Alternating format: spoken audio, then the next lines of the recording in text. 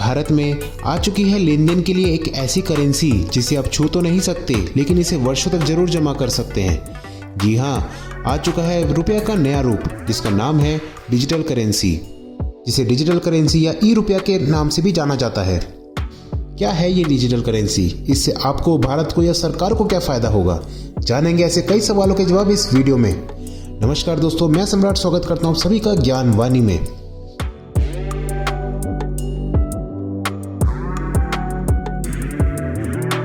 खबर निकल के आई है कि आरबीआई ने डिजिटल करेंसी की शुरुआत कर दी है।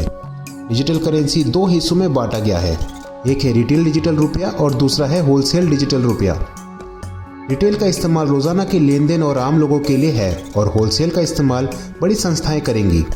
आपको बता दें कि डिजिटल होलसेल रुपये की शुरुआत पिछले महीने 1 नवंबर को हो चुकी है और अब इस महीने 1 दिसंबर इसके रिटेल सेगमेंट के पायलट प्रोजेक्ट की शुरुआत की गई है।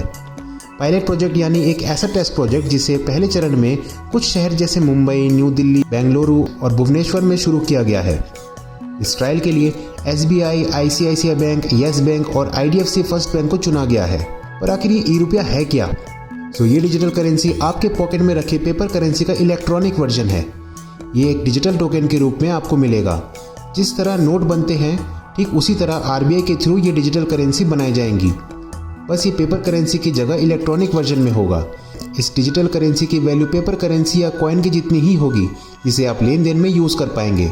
अब जान लेते हैं इस डिजिटल करेंसी का लेन देन होगा कैसे। जिन बैंक को डिजिटल करेंसी मिलेगी वो उन बैंक के यूज़र को डिजिटल वॉलेट इशू करेंगे। इस डिजिटल वॉलेट के ज़रिए आप किसी भी व्यक्ति या फिर किसी भी दुकानदार या मर्चेंट को पैसे भेज पाएंगे। साथ ही अगर किसी से आपको पेमेंट लेनी है तो आपको QR कोड की फैसिलिटी भी मिलेगी। अब आपको कैश अपने जेब में रखकर घूमने की ज़रूरत नहीं, बस अपना फ़ोन अपने पास रखिए और कहीं भी जाएं। अब सवाल ये उठता है कि ये सारी फैसिलिटीज़ तो गूगल पे, पेटीएम, अमेज़ॉन पे भी दे रही है। इन एप्लीकेशंस में भी आप UPI के ज़रिए पेमेंट करते हैं, तो भला क्यों आरबीआई को अलग से डिजिटल करेंसी या ई रुपये को लाना पड़ा? अब मान लीजिए कि आप कोई सामान लेने गए, बदले में आपने पेटीएम या गूगल पे से या इस तरह की किसी भी ऐप से आपने पेमेंट कर दी।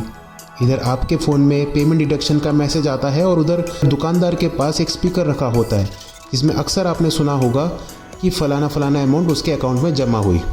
इस तरह के ट्रांजैक्शन जो आपके और दुकानदार के सामने हुआ, इसको फ्रंट एंड ट्रांजैक्शन कहा जाता है। पर क्या आपको पता है कि ये फंड्स उसी वक्त ट्रांसफ़र नहीं होते?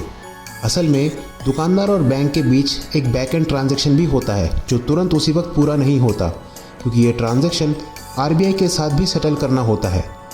अब क्योंकि UPI के ज़रिए दिन में न जाने कितने बार ट्रांजैक्शन होते हैं, इसलिए ये सेटलमेंट पूरे दिन में सिर्फ एक बार होता है और जब तक ये सेटलमेंट पूरा नहीं होता तब तक वो क्रेडिटेड अमाउंट दुकानदार के अकाउंट में नहीं आते।